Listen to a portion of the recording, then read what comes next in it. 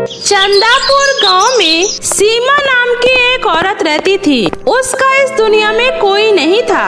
वो घर चलाने के लिए जंगल से लकड़ियां काट कर बेचा करती थी। एक दिन सीमा जंगल में लकड़ी काट रही थी, तभी उसे किसी के बच्चे के रोने की आवाज सुनाई देती है। बच्चे के रोने की आवाज सुनकर सीमा इधर उधर देखती है। तभी वो देखती है कि एक पेड़ के पास प्यारी सी बच्ची जोर जोर से रो रही है। सीमा उस बच्ची को गोद में उठा लेती है। अरे रोते नहीं बेटा, चुप हो जाओ। कितनी मासूम और प्यारी बच्ची है। आखिर सुनसान जंगल में इस बच्ची को कौन छोड़ कर गया होगा। बेटा चुप हो जाओ, अब मैं आ गई हूँ ना। आज से तुम मेरे साथ रहोगी, मेरी बेटी बनकर। सीमा उस बच्ची को अपने साथ अपने घर ले आती है और बड़े ही प्यार से उसका पालन पोषण करने लगती है। सीमा उस बच्ची का नाम ममता रखती है। सीमा ममता को कभी ये एहसास नहीं होने देती कि वो उसकी असली माँ नहीं है। वो ममता की हर खुशी का अच्छे से ख्याल रखती थी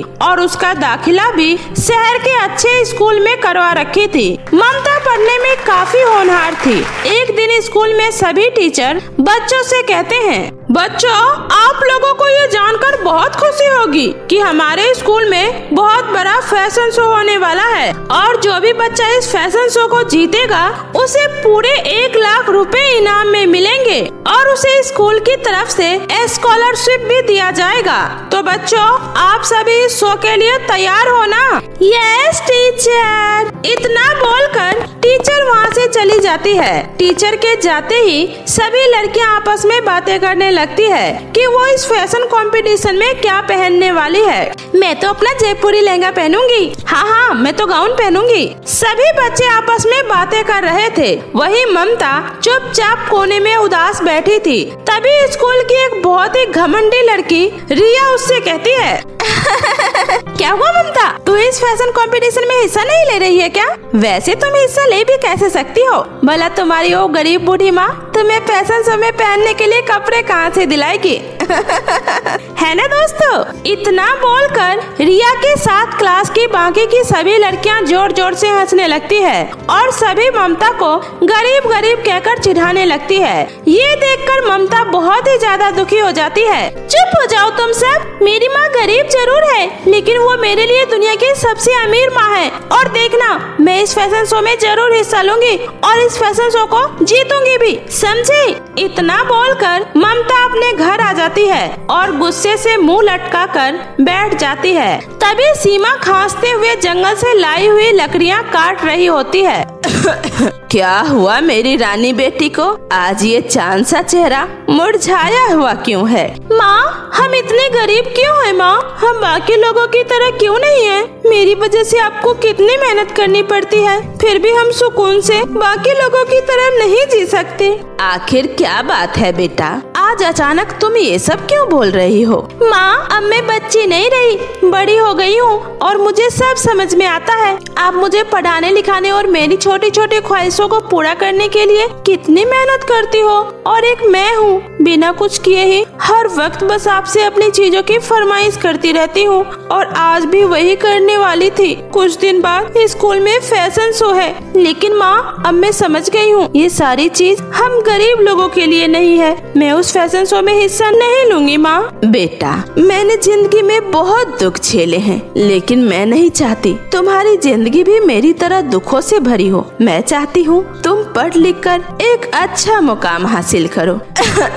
मैं ये लकड़ियाँ लेकर बाजार जा रही हूँ, आते वक्त तुम्हारे लिए कोई अच्छा सा गाउन ले आऊंगी।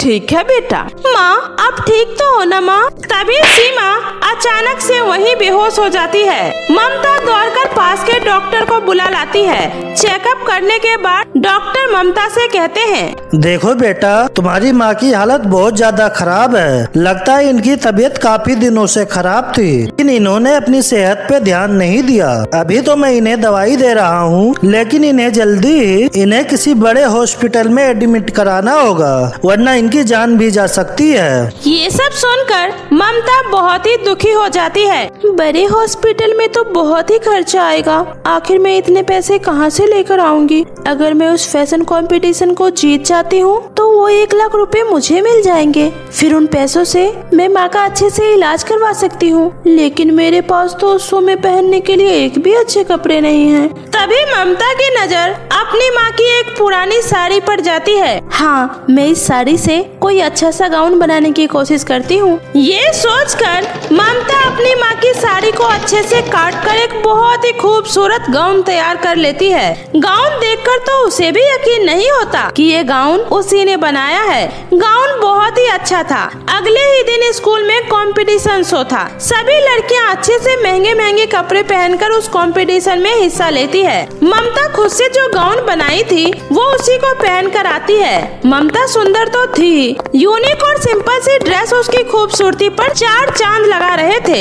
एक एक करके सभी लड़कियां उसमें भाग लेती गई, लेकिन जब ममता स्टेज पर आती है तो सबकी नजर ममता पर ही होती है। अपने क्यूटनेस और सिंपलिसिटी से ममता सबका दिल जीत लेती है और लास्ट में ममता ही उस कंपटीशन को जीतती है और उसे 1 लाख रुपए मिल जाते हैं और वो अपनी माँ का बड़े हॉस्पिटल में इलाज करवाती है। अब तो गांव की हर लड़कियां ममता से ही अपना ड्रेस बनवाने लगती है। अब ममता पढ़ाई के साथ साथ अपना खुद का एक बुटीक भी खोल लेती है। बेटा, तुमने ये सिलाई करना कब सीखा? पता नहीं माँ, बस मैंने पहली बार ही कोशिश की और ये इतना अच्छा बन गया। मुझे तो खुद भी यकीन नहीं होता कि ये मैंने बनाया है। ममता बेटा, मैं बहुत खुश नसीब हूँ जो मुझे तुझ जैसी बेटी मिली है, लेकिन मुझे तुम्हारे लिए बहुत ही बुरा लग रहा है बेटा। कहाँ तुम इस गरीब दुखियारी के घर में आ गई हो? तुम्हें तो किसी राजकुमारी की तरह किसी महल में होना चाहिए था। ओफो माँ, ये आप क्या बहकी बहकी बातें कर रही हो? चलो अब आप आराम करो, मुझे अभी लहंगा सिलना है। इसी तरह दिन बीत रहा था। ममता अब 18 साल की हो गई थी और जल्दी ही उसका 18वां जन्मदिन आने वाला था। ममता अपने जन्मदिन में पहनने के लिए अपने हाथों से ही बहुत सुंदर गाउन सिलती है। सीमा भी अपनी बेटी के जन्मदिन का बहुत ही अच्छे से तैयारी करती है। घर को बहुत ही अच्छे से सजाया जाता है। जिस दिन ममता का बर्थडे था उस दिन गांव की सभी लड़कियां ममता के घर आती है। ममता आज बहुत ही खूबसूरत लग रही थी। बेटा चलो अब चलकर केक काटो। ममता जैसे ही केक काटने वाली होती है तभी वहाँ पर एक परी आ जाती है और ममता से कहती है, ममता बेटा मेरे साथ चलो, मैं तुम्हें लेने आई हूँ। बेटा मैं ही तुम्हारी असली माँ हूँ। ये क्या मजाक है? मैं आपकी बेटी नहीं हूँ, मेरी माँ तो मेरे साथ है, मेरी सीमा माँ। माँ आप कुछ बोलते क्यों नहीं? ये परी जी क्या बोल रही है माँ? बेटा मुझे माफ कर दे, मैंने तुमसे झूठ कहा था, तू मेरी बेटी नहीं है। परी जी बिल्कुल सही कह रही है बेटी, यही तुम्हारी माँ है। और फिर सीमा ममता को सारी सच्चाई बताती है। नहीं माँ, ये नहीं हो सकता। सीमा मैं तुम्हारा ये एहसान कभी नहीं भूलूंगी। तुमने मेरी बेटी को अपनी बेटी की तरह रखा, उसे कभी माँ की कमी नहीं महसूस होने दी। लेकिन अब वक्त आ गया है कि मैं अपनी बेटी को अपने साथ परीलोक लेकर जाऊँ। नहीं, आप मेरी माँ नहीं हो सकती। आखिर कोई माँ अपने बच्चों को यूँ मरता हुआ छोड़कर नहीं जाता। मेरी माँ तो सिर्फ सीमा माँ ही है जिन्होंने मेरा हर सुख दुख में ख्याल रखा। माँ इनसे पूछो कि आखिर इनकी ऐसी क्या मजबूरी थी जो मुझे जन्म देते ही जंगल में मरता हुआ छोड़कर चली गई। फिर आज एकदम से इनकी ममता कैसे जाग उठी जो मुझे लेने यहाँ आ गई। बेटा ये एक बहुत ही दुख भरी कहानी है। मेरी मजबूरी थी जो मुझे मेरे कलेजे के टुकड़े को खुद से अलग रखना पड़ा। मैंने पृथ्वी पर रहने वाले एक आम इंसान से शादी कर ली थी, लेकिन जब ये बात रानी परी को पता चली तो उन्होंने तुम्हारे पिताजी से मुझे अलग कर दिया। उस वक्त मैं माँ बनने वाली थी। मुझे श्राप दिया गया था कि मैं अपने पहले संतान को अगर अपने साथ रखूंगी तो वो मर जाएगी। 18 साल पूरा होने के बाद ही मैं उसे अपने पास रख सकती हूँ, तभी वो मुझे फिर से परीलोक में रहने की अनुमति देगी। इसलिए मुझे तुम्हारी जान बचाने के लिए ये सब करना पड़ा। मुझे माफ कर दे बेटा, मैं मजबूर थी। अब मैं तुमसे और दिन अलग नहीं रह सकती। मेरे साथ चल बेटा। जाओ बेटी, अपनी माँ के पास वापस चले जाओ। जब तुम्हारा मन करे तुम मुझसे मिलने पृथ्वी लोक पर आ जाना। तुम हमेशा मेरी बेटी रहोगी बेटा। अब जाओ बेटी, हमेशा खुश रहना। ममता अपनी माँ की बात को मानकर परी के साथ परीलोक चली जाती है। मधुरिमा परी अपनी बेटी ममता को लेकर परीलोक आ जाती है। तभी वहाँ पर रानी परी आती है और मधुरिमा परी से कहती है, मधुरिमा परी, तुम अपनी बेटी को पृथ्वी लोक से लेकर परीलोक आ तो गई हो, लेकिन ये मत समझो कि मैंने तुम्हें माफ कर दिया है। तुम्हारी बेटी अभी भी बाकी परियों की तरह कोई जादू नहीं कर सकती है और ना ही तुम अपनी जादुई शक्तियों से उसकी कोई सहायता करोगी। उसे खुद से आम इंसानों की तरह ही इस परीलोक में मेहनत करके रहना होगा, समझ गई? इतना बोलकर रानी परी वहाँ से चली जाती है। सोनाली बहुत ही अच्छा सिलाई जानती थी, इसलिए उसे परीलोक में कोई परेशानी नहीं होती है। वो परियों के लिए सुंदर सुंदर गाउन बनाकर अच्छे से अपना पालन पोषण कर रही थी, लेकिन वहाँ रहने वाली बाकी की परियां ममता को देखकर उसका खूब मजाक उड़ाती है। ये देखो, आखिर ये हमारी परीलोक की कैसी परी है? ना तो इसके पास हमारे जैसे पंख है और ना ही ये हमारी तरह कोई जादू कर सकती है। ये बस एक गरीब लहंगा सिलने वाली परी है। गरीब परी, गरीब परी। सभी परियां ममता को गरीब परी कहकर खूब चिढ़ाया करती है, लेकिन ममता वहाँ किसी भी परी से बिना झगड़ा किए चुपचाप अपना काम करती रहती है। ममता किसी से कुछ भी नहीं बोलती थी, न ही हंसती थी। वो हमेशा उदास बैठी रहती थी। अपनी बेटी की ये हालत देखकर मधुरिमा परी को बहुत ही बुरा लगता है कि आखिर उसकी बेटी एक परी होते हुए भी नौकरानी का काम कर रही है। उसे लोगों के कपड़े बनाने पड़ रहे हैं, लेकिन वो उसके लिए कुछ कर भी नहीं पा रही थी। ऐसे ही दिन बीत रहे थे। एक दिन परिराज की सबसे शक्तिशाली अनुराधा परी परीलोक में आती है। उन्हें देखकर परीलोक की सभी परियां उनके स्वागत में खड़ी हो जाती है। यहाँ तक कि रानी परी भी उनके स्वागत में खड़ी होती है, क्योंकि पूरे परीलोक की सबसे शक्तिशाली रानी अनुराधा परी ही थी। परियों की महान देवी अनुराधा परी का हमारे परीलोक में स्वागत है। परी माँ, हमें याद कर लिया होता, हम खुद आपकी खातिरदारी में हाजिर हो जाते। यहाँ आने की कोई खास वजह? हाँ, मुझे अपने लिए एक लहंगा बनवाना है। मैंने सुना है पृथ्वी लोक से कोई परी यहाँ आई है जो इसी परीलोक की परी की बेटी है। वो बहुत ही अच्छे कपड़े सिलती है। उसके सिले कपड़े पूरे परीलोक में बहुत ही चर्चे में है। बस मुझे उस लड़की से अपने लिए एक लहंगा बनवाना है। अगर मुझे वो लहंगा पसंद आ गया तो तुम सोच भी नहीं सकती हो, इसके बदले में तुम्हारे परीलोक को और भी ज्यादा शक्तिशाली शक्ति उपहार में दे सकती हूँ। ये तो हमारे लिए बहुत ही सौभाग्य की बात है कि हमें आपके लिए काम करने का मौका मिल रहा है। आप निश्चिंत रहिए रानी परी माँ, आपका काम हो जाएगा। ठीक है। अनुराधा परी वहाँ से चली जाती है और रानी परी मधुरिमा और ममता परी को अपने पास बुलाती है और ममता से कहती है, ममता बेटा, ये हमारे परीलोक के आन बान का सवाल है। पहली बार रानी परी माँ ने हमसे कुछ मांगा है, हम उन्हें निराश नहीं कर सकते। बेटा, अगर तुम रानी परी माँ के लिए लहंगा बनाने में सफल रही तो मैं तुम्हारी माँ को माफ करके तुम्हें हमेशा के लिए अपना लूंगी और तुम्हारी सारी परी शक्तियाँ भी तुम्हें वापस दे दूंगी। आप निश्चिंत रहिए रानी परी, मुझे अपने आप को साबित करने का एक मौका मिला है। मैं इस मौके को अपने हाथ से नहीं जाने दूंगी। मैं अपनी काबिलियत से अपनी माँ को पहले वाला सम्मान जरूर दिलाकर रहूंगी। इतना बोलकर ममता परी रानी परी के लिए लहंगा बनाने में लग जाती है। 10 दिन की कड़ी मेहनत के बाद ममता एक बहुत ही सुंदर लहंगा बनाकर तैयार कर लेती है। जब अनुराधा परी लहंगा देखती है तो वो अचंभित रह जाती है। अद्भुत, मैंने आज तक ऐसा लहंगा कहीं नहीं देखा। बहुत खूब ममता बेटा। ममता, आज से तुम और तुम्हारी माँ हमारे साथ हमारे परीलोक में ही रहोगी और खास हमारे लिए काम करोगी। इतना बोलकर अनुराधा रानी परी ममता और उसकी माँ को सारी परी शक्तियाँ लौटा देती है और दोनों परी को लेकर अपने परीलोक में आ जाती है और वहाँ पर दोनों माँ बेटी खुशी खुशी प्यार से रहने लगते हैं। सिंड्रेला परी का अंतिम संस्कार। बहुत समय पहले की बात है, धरती लोक से कुछ दूर एक परी लोक बसा हुआ था, जहाँ सिंड्रेला नाम की एक परी रहा करती थी। वो दिखने में अपने स्वभाव की तरह ही बहुत ज्यादा सुंदर थी और उन्हें अपने पूर्वजों द्वारा कई सारी शक्तियाँ प्रदान थी, जिस वजह से परीलोक की रानी माँ सिंड्रेला परी को बहुत जल्द ही रानी परी घोषित करने वाली थी। और उसी परीलोक के एक छोटे से हिस्से में माया नाम की एक दुष्ट जादूगरनी रहा करती थी। वो हमेशा से ही परीलोक पर राज करना चाहती थी, इसलिए वो एक दिन सोचती है, अगर मुझे इस परीलोक पर राज करना है तो मुझे सबसे पहले सिंड्रेला परी को अपने रास्ते से हटाना होगा और उसकी शक्तियों को हासिल करना होगा, जिससे कि मैं पहले से और भी ज्यादा शक्तिशाली बन जाऊंगी और फिर मैं बड़े ही आसानी से इस परीलोक पर राज कर पाऊंगी। और इसी तरह वही परीलोक की कुछ परियां सिंड्रेला परी से कहती है, सिंड्रेला परी, हमें आपको रानी परी के रूप में देखने में बहुत खुशी होगी और आप बहुत जल्द ही इस परीलोक की रानी परी घोषित कर दी जाओगी।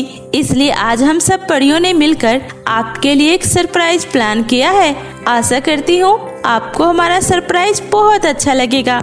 आप सभी परियों का ये प्यार और खुशी देखकर मुझे बहुत अच्छा लग रहा है और मुझे आप सभी परियों ने इस परीलोक की रानी परी बनाने के बारे में सोचा, मेरे लिए ये बहुत ही गर्व की बात है और अब मुझे इससे ज्यादा और कुछ भी नहीं चाहिए। सिंड्रेला परी, आप सच में बहुत अच्छी हो, इसलिए हम लोग शुरू से ही आपको इस परीलोक की रानी परी के रूप में देखना चाहते थे और आज जब हमारा ये सपना पूरा होने जा रहा है तो हम लोग आपके लिए कुछ करना चाहते हैं। इसलिए आप हमें ऐसा करने से मत रोकिए रानी परी, वरना हम परियों का दिल टूट जाएगा।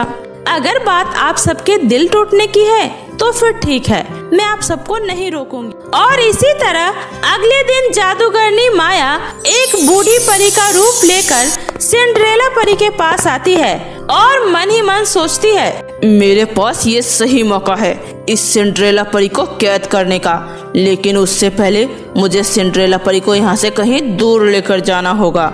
इतना सोचकर वो बूढ़ी परी कहती है, सुनो बेटी, मुझे पहाड़ी के उस पार जाना है, लेकिन शाम होने वाली है और शाम होते ही मेरी आंखें धुंधली पड़ जाती है, तो क्या तुम पहाड़ी के उस पार जाने में मेरी मदद करोगी? क्यों नहीं दादी परी, आप चलिए मेरे साथ, मैं आपको पहाड़ी के उस पार छोड़ देती हूँ। सिंड्रेला परी उस बूढ़ी परी के साथ चली जाती है और शाम होने के बाद भी वो वापस नहीं आती है और यहाँ परीलोक के महल में हड़कंप मच जाता है और सभी परियों को सिंड्रेला परी की चिंता होने लगती है। पता नहीं है सिंड्रेला परी कहाँ चली गई, उन्होंने आज तक तो ऐसा कभी नहीं किया था। क्या किसी को सिंड्रेला परी के बारे में कुछ पता है कि वो कहाँ गई है? उसी समय वहाँ पर नैना परी आती है और कहती है, हाँ, मैंने कुछ देर पहले सिंड्रेला परी को एक बूढ़ी औरत के साथ पहाड़ी की तरफ जाते हुए देखा था, लेकिन उन्हें देखकर मुझे कुछ ठीक नहीं लग रहा था। क्या सिंड्रेला परी अकेले उस बूढ़ी औरत के साथ चली गई? अरे वो जल्द ही इस परीलोक की रानी परी के रूप में घोषित की जाने वाली है और ऐसे में उनकी जान को बहुत ही ज्यादा खतरा है, खासकर उस जादूगरनी माया से। इसलिए हमें इसी वक्त सिंड्रेला परी को ढूंढने के लिए जाना होगा। तुम सब चलो मेरे साथ। इतना कहकर वो सारी परियां सिंड्रेला परी को ढूंढने के लिए निकल पड़ती हैं। दूसरी तरफ वो बूढ़ी परी सिंड्रेला को बहुत दूर ले जाती है और वहाँ पर वो अपने असली रूप में आ जाती है, जिसे देखकर सिंड्रेला परी कहती है, जादूगरनी माया, इसका मतलब ये सब तुम्हारी एक चाल थी, तुम मुझे धोखे से यहाँ लेकर आई हो। लेकिन अगर रानी परी को इस बारे में पता चला ना तो वो तुम्हें नहीं छोड़ेंगी, इसलिए तुम्हारे लिए यही अच्छा होगा कि तुम मुझे यहाँ से जाने दो। अगर तुम जिंदा बचोगी तभी तो रानी परी को इस बारे में पता चलेगा ना, इसलिए आज मैं तुम्हारा अंत यहीं पर कर दूंगी, फिर तुम्हारी सारी शक्तियाँ मेरी हो जाएंगी। तुम्हारा ये सपना कभी पूरा नहीं होगा जादूगरनी माया, और तुम मेरा कुछ नहीं बिगाड़ पाओगी। माना कि मुझे मेरी शक्तियाँ अच्छे कामों के लिए मिली है, लेकिन जब बात मेरे परीलोक के ऊपर आएगी तो मैं अपनी शक्तियों का तुम जैसी दुष्ट जादूगरनी को मारने के लिए इस्तेमाल जरूर करूंगी। सिंड्रेला परी के इतना कहते ही वहाँ पर उसी समय परीलोक की सारी परियां भी आ जाती है और वो कहती है, वहीं रुक जाओ जादूगरनी माया, अगर तुमने सिंड्रेला परी को कुछ भी किया तो हम सभी परियां मिलकर तुम्हें बंदी बना लेंगे, फिर तुम कभी आजाद नहीं हो पाओगी। तुम सब परियां यहाँ कैसे आ गई? तुम्हें क्या लगा तुम हमारे पीठ पीछे सिंड्रेला परी को अपने साथ ले जाओगी और हमें पता भी नहीं चलेगा? तो ये तुम्हारी बहुत बड़ी गलतफहमी है। हम लोग सिंड्रेला परी को कुछ भी नहीं होने देंगे। उन परियों की ऐसी बातें सुनकर जादूगरनी माया घबरा जाती है और कहती है, ठीक है, अभी तो मैं जा रही हूँ, लेकिन एक दिन मैं तुम सब परियों को सबक जरूर सिखाऊंगी। इतना कहकर वो जादूगरनी वहाँ से गायब हो जाती है और सिंड्रेला परी बाकी की परियों के साथ वापस महल में आ जाती है, जहाँ रानी परी सिंड्रेला परी से कहती है, मुझे ये जानकर बहुत खुशी हो रही है कि आप सब मिलकर सिंड्रेला परी की रक्षा कर रही हैं। लेकिन अब हमें पहले से भी ज्यादा चौकन्ना रहना होगा, क्योंकि 2 दिन बाद सिंड्रेला परी को इस परीलोक की रानी परी घोषित कर दिया जाएगा। इसलिए तब तक तुम्हें बहुत ही संभल कर रहना होगा। जी रानी परी, आप जैसा कहेंगी मैं वैसा ही करूंगी। इतना कहकर सिंड्रेला परी अपने कमरे में जाकर सो जाती है। तभी उसी रात जादूगरनी माया सिंड्रेला परी के कमरे में आती है और कहती है, तुम्हें क्या लगा तुम यहाँ आराम से सो जाओगी और मैं वहाँ हाथ पे हाथ धरे बैठी रहूंगी? नहीं, मैं अपने मकसद में कामयाब जरूर होऊंगी और मेरे पास यही सही मौका है तुम्हें यहाँ से ले जाने का। इतना कहकर जादूगरनी माया सिंड्रेला परी को अपने साथ अपनी काली गुफा में ले जाती है, जहाँ जादूगरनी माया की शक्तियाँ और भी ज्यादा ताकतवर हो जाती है। लेकिन उस गुफा में जाते ही सिंड्रेला परी की आंखें अपने आप खुल जाती है। वो कहती है, जादूगरनी माया, ये तुम मुझे कहाँ ले आई हो और तुम अपनी हरकतों से बाज नहीं आओगी ना? मैं इस परीलोक पर राज करने और शक्तिशाली बनने के लिए किसी भी हद तक जा सकती हूँ, चाहे मुझे तुम्हारी जान ही क्यों न लेनी पड़े। इतना कहकर जादूगरनी माया सिंड्रेला परी को एक पिंजरे में कैद कर देती है, जिसके बाद सिंड्रेला परी 2 दिन तक उसी पिंजरे में कैद रहती है। और वहीं परीलोक में हर कोई चिंता में होता है कि आखिरकार सिंड्रेला परी गई कहाँ। जिसके बाद रानी परी महल की सभी परियों को सिंड्रेला परी को ढूंढने के लिए भेज देती है, लेकिन सिंड्रेला परी का कहीं भी कुछ भी पता नहीं चलता है। तभी रानी परी कहती है, सभी परियां मेरी बात ध्यान से सुनो। हमने सिंड्रेला परी को हर जगह ढूंढ लिया, लेकिन सिंड्रेला परी का कुछ भी पता नहीं चला। इसका मतलब जादूगरनी माया ने सिंड्रेला परी को अपनी काली गुफा में छुपा कर रखा है, जहाँ उस जादूगरनी की शक्तियाँ और भी ज्यादा ताकतवर हो जाती है। इसलिए हम सबको वहाँ पर जाकर उस जादूगरनी का डटकर सामना करना होगा और सिंड्रेला परी को उसके कैद से आजाद करवाना होगा। रानी परी के इतना कहते ही सभी परियां एक साथ काली गुफा की ओर चल देती है और उसकी काली गुफा पर हमला करने लगती है। लेकिन फिर भी वो जादूगरनी का कुछ नहीं बिगाड़ पाती है और मजबूरन उन्हें काली गुफा के अंदर प्रवेश करना पड़ता है। और जैसे ही वो सभी परियां काली गुफा के अंदर प्रवेश करती है, वैसे ही जादूगरनी अपनी तमाम शक्तियों का इस्तेमाल करके उन सभी परियों को सिंड्रेला परी की तरह ही पिंजरे में कैद कर देती है। तभी रानी परी कहती है, जादूगरनी माया, ये तुम हमारे साथ बहुत गलत कर रही हो। तुम अपनी शक्तियों को बढ़ाने के लिए सिंड्रेला परी को कैद कर सकती हो, लेकिन तुम्हें ये नहीं पता कि सिंड्रेला परी के पास तुमसे भी ज्यादा शक्तियाँ हैं। इसलिए सिंड्रेला परी, दिखा दो इस दुष्ट जादूगरनी को शक्तियों का सही इस्तेमाल कहाँ और किस लिए किया जाता है। रानी परी के इतना कहते ही सिंड्रेला अपनी सारी शक्तियों का इस्तेमाल करके उस पिंजरे से आजाद हो जाती है। तभी उसी समय जादूगरनी अपनी शक्तियों से सिंड्रेला परी के ऊपर प्रहार करती है, जिसकी वजह से सिंड्रेला परी बहुत ही ज्यादा घायल हो जाती है। लेकिन वो फिर भी अपनी पूरी कोशिश करके बाकी परियों को भी उस पिंजरे से आजाद करवा देती है। जिसके बाद वो जादूगरनी फिर से एक बार सिंड्रेला के ऊपर प्रहार करती है, जिसकी वजह से सिंड्रेला परी बहुत ही ज्यादा घायल और कमजोर हो जाती है। ये देखकर जादूगरनी माया बहुत ज्यादा खुश होती है। तभी अचानक से सिंड्रेला परी अपनी सारी शक्तियों का इस्तेमाल करके जादूगरनी के ऊपर वापस से प्रहार करती है, जिससे जादूगरनी वहीं पर जलकर भस्म हो जाती है। लेकिन जाते जाते जो जख्म जादूगरनी ने सिंड्रेला को दिए थे, उन जख्मों की वजह से सिंड्रेला की भी मृत्यु हो जाती है। और ये देखकर पूरे परीलोक में मातम छा जाता है। तभी रानी परी कहती है, आज सिंड्रेला परी ने अपनी जान पर खेलकर हम सभी परियों की जान बचाई है। तुम सच में बहुत ज्यादा शक्तिशाली थी सिंड्रेला परी, और हम तुम्हारा ये बलिदान कभी नहीं भूलेंगे। इतना कहकर सभी परियां मिलकर सिंड्रेला परी का अंतिम संस्कार करती है और फिर सभी लोग हंसी खुशी एक बार फिर से परीलोक में रहने लगती।